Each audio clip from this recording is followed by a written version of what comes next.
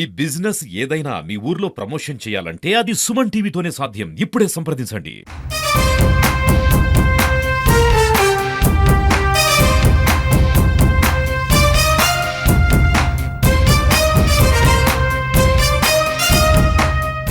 Yes ప్రస్తుతం మనతో పాటు ఉన్నారు ఎమ్మెల్యే గౌత శిరీష్ గారు. ఆమెతో మాట్లాడతారు. నమస్తే మేడం, ఎలా జరుగుతుంది? కొద్దిసేపటి కింద మీరు కూడా ప్రసంగించారు. సో యువ నాయకులకి యువ రక్తానికి ఎలాంటి ప్రయారిటీ దక్కింది మహానాడు? ఈరోజు మహానాడు నిర్వహిస్తుందే యువ నాయకులు యువ రక్తం అండి. సీనియర్స్కి ఇవ్వాల్సిన గౌరవం ఇస్తూ భవిష్యత్తు యువతదేదని గుర్తించి ఈరోజు నారా లోకేష్ గారు తీసుకున్న నిర్ణయం యువత కూడా ఈరోజు పార్టీకి బాగా కనెక్ట్ అవుతున్నారు. ఎందుకంటే గత 5 సంవత్సరాల్లో ఆ పాలన తర్వాత ఏదైతే అభివృద్ధి సంక్షేమం కోల్పోతున్నారో ఈరోజు రాజకీయాలకు అతీతంగా యువత కూడా కోల్పోయింది గత 5 సంవత్సరాల భవిష్యత్తే. మొన్న మినీ మహానాడికి ఈరోజు నేను చెప్పింది కూడా అదే. జర్మనీకి వెళ్ళినప్పుడు అక్కడికి వచ్చిన వాళ్ళలో 80% యువతే.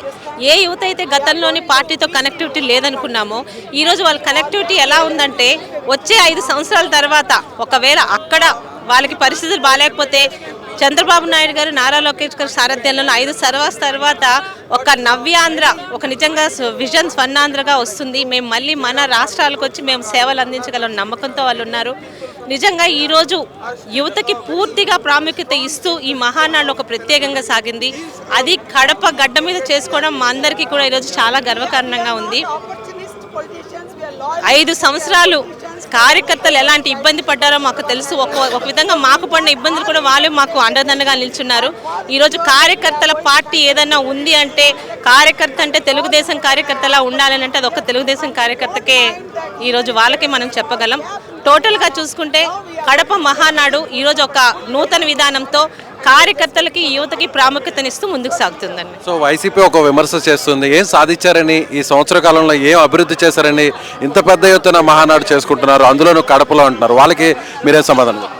5 సంవత్సరాల్లో మీరు చెయ్యలేనిది, మీరు సాధించలేనిది, ఒక్క బటన్లు నొక్కుతూ పేపర్లో రాసింది ఈరోజు కళ్ళకి కనిపించేలా అభివృద్ధి చేసింది మేము సంవత్సరంలో చేసి చూపించగలిగాం. ఈరోజు రోడ్లు కానీ, పారిశ్రామికీకరణ కానీ, సంక్షేమ పథకాల అమలు కానీ గతంలో మీరు నాశనం చేసిందంతా ఒక్క సంవత్సరంలోనే పూర్తి చేస్తూ వచ్చే 4 సంవత్సరాలు ప్రజలు మరింతగా తెలుగుదేశం కూటమి ప్రభుత్వం నుంచి ఆశించే విధంగా ముందుకెళ్తున్నామండి. ఈరోజు వైసీపీ మాట్లాడేవన్నీ గాలి కబుర్లు, వాటి గురించి పట్టించుకోవాల్సిన అవసరం లేదు. సో ఎమ్మెల్యేగా 1 ఇయర్ కాలం పూర్తవుతుంది. సో మీకు ఒక అవకాశం దక్కింది.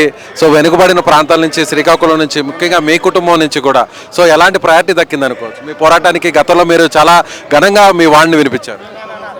రాష్ట్రం బాగుండాలని ప్రతి ఒక్కరు అనుకుంటాం. ఈరోజు తెలుగుదేశం పార్టీ ఎమ్మెల్యేగా కాకుండా 2 టీనేజర్స్ తల్లిగా, ఒక మహిళగా మాట్లాడుతున్నాను. నా పిల్లలకి ఈరోజు రాష్ట్రంలో భవిష్యత్తు ఉందన్న నమ్మకం నాకు కలుగుతుంది. గతంలో ఆ నమ్మకం ఎవరికి ఉండేది కాదు.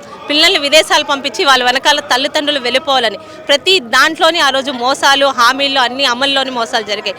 కానీ ఈరోజు భవిష్యత్ తరాలకి ఒక నమ్మకం కుదిరింది. ముఖ్యంగా నారా లోకేష్ గారు చేస్తున్న పనులు కానీ, ఆయన తీసుకుంటున్న సంక్షేమ పథకాలు కానీ, మళ్ళీ ఈరోజు దేని గురించి అయితే యువత విదేశాలకు వెళ్తున్నారో వాళ్ళు మళ్ళీ ఈరోజు ఆంధ్ర రాష్ట్రానికి వచ్చి ఆంధ్ర రాష్ట్రంలో కూడా వాళ్ళ సేవలు అందించే విధంగా యువతను ఆకర్షించే విధంగా ముందుకెళ్తున్నాం.